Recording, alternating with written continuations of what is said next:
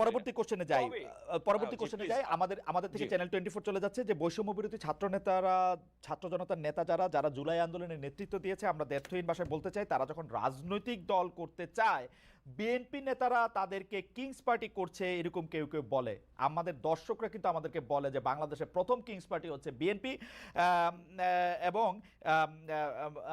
এইটি প্রথম আলোকে দেওয়া সাক্ষাৎকারে জনাব নাসিরউদ্দিন পাটোয়ারিও এই বিএনপির এই প্রতিষ্ঠাকালীন ইতিহাসটা বলেছেন, আজকেও আমাদেরকে কিছুটা বলতে চেয়েছেন। আপনারা এটাকে আসলে কিভাবে ব্যাখ্যা করেন? মানে কিভাবে চালুনি সূত্রে বলে যে কেন এটা ছিল?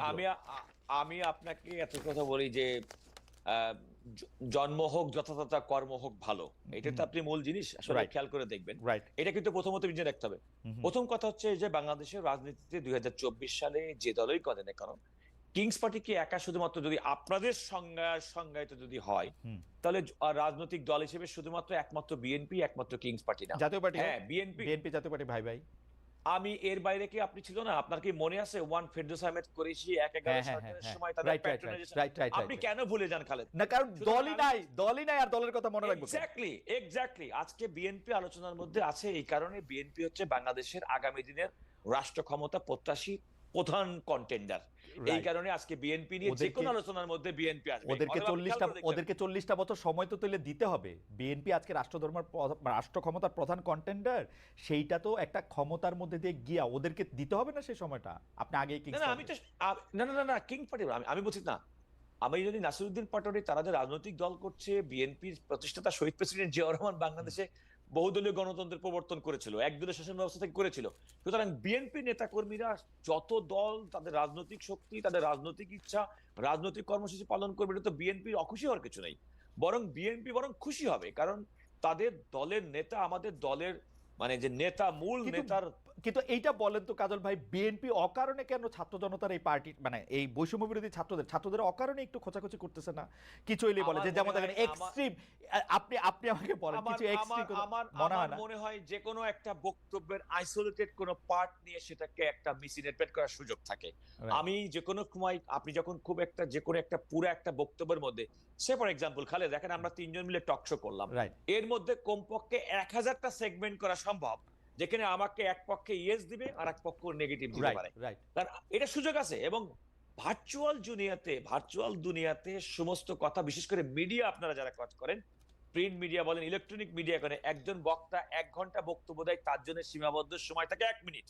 এবং আপনি মিডিয়া হাউসের অন্যতম উদ্দেশ্য হচ্ছে যে তার ওই বক্তব্যটা, যে বক্তব্যটা পাঠকের কাছে গ্রহণযোগ্য হবে, তার কাজল ভাই আচ্ছা ঠিক আছে, ওই বক্তব্যের কথা বাদ দিই কাজল ভাই, আমি আপনার বক্তব্য শুনতে চাই কাজল ভাই, ওটার কথা বাদ দিই আমি। ঠিক আছে, এটা নিয়ে আমার আলাদা অবস্থান আছে। আমি 30 বছর ধরে সাংবাদিকতা করাই। আমি আমি আমি আমি আমি আমি আমি এটা নিয়ে আমার আলাদা বক্তব্য আছে। আমি এই আজকের কথায় ফিরে আসি। আসলে কি ঘটনাটা কি, মানে আপনারা চান যে মানে এই যে যারা এখন ক্ষমতায় আসে, দরকার হলে তাদেরকে আটকানোর জন্য আপনারা আওয়ামী লীগের সাথেও এক ধরনের সন্ধি করে ফেলবেন? আপনারা গোপনে আওয়ামী লীগের সাথেও একটা সম্পর্ক রাখতেছেন? আপনারা আওয়ামী লীগের ফেসিস্টদের বিচারটা আপনারা দাবি করতেছেন না, যেগুলি নাসিরউদ্দিন পাটোয়ারি বলছে, আপনি এগুলি কিন্তু মানে আমি জানি না এরান নাই, আপনি সুন্দর করে বলছেন, আমি বুঝি নাই মনে হয়। আমার কথা খেয়াল করে দেখেন, আপনি বলেন নাসিরউদ্দিন পাটোয়ারি যে সমস্ত কারণে বিএনপির বিরুদ্ধে অভিযোগ করছে, তার প্রত্যেকটা বিএনপি ইন অ্যাকশন করেছে। আমি আপনাকে আবারও বলি, ইন অ্যাকশন করেছে। আপনি খেয়াল করে দেখুন যে এই যে বিভিন্ন জায়গায় ফ্যাসিস্ট দোসরদের বিরুদ্ধে যে সমস্ত ফৌজদারি মামলা, দু একটা জায়গায় অভিযোগ থাকতে পারে যে দু একজন নিরপরাধ ব্যক্তি কোনো কারণে অভিযুক্ত হয়ে যেতে পারেন, কিন্তু অধিকাংশ ক্ষেত্রে ভিকটিমের পরিবারের পক্ষ থেকে মামলা দায়ের করা, তাদের বিচারের প্রক্রিয়ার মধ্যে আনা, সেটা কিন্তু বিএনপি রাজনৈতিকভাবে করেছে এবং করছে। বিএনপি কিন্তু বর্তমান অন্তর্বর্তীকালীন সরকারের সময় যখন কথা বলছে, রাষ্ট্র পরিচালনায় এই সরকারকে সহযোগিতার পাশাপাশি জুলাই আগস্ট গণবিপ্লবের যে স্পিরিট, সেই স্পিরিটটা ধারণ রেখে বিগত পতিত ফ্যাসিস্ট সরকারের বিচার প্রক্রিয়া এগিয়ে নেওয়া যাওয়ার জন্য সরকারের কাছে বলছে। কাজল ভাই সত্যি কথা বলেন, আওয়ামী লীগের সাথে কোনো আতাত করতেছে না তো বিএনপি? মানে আমাদের কিন্তু আপনি তো শোনেন, আমাদের কিন্তু মানে অতীত অভিজ্ঞতা ভালো না আসলে।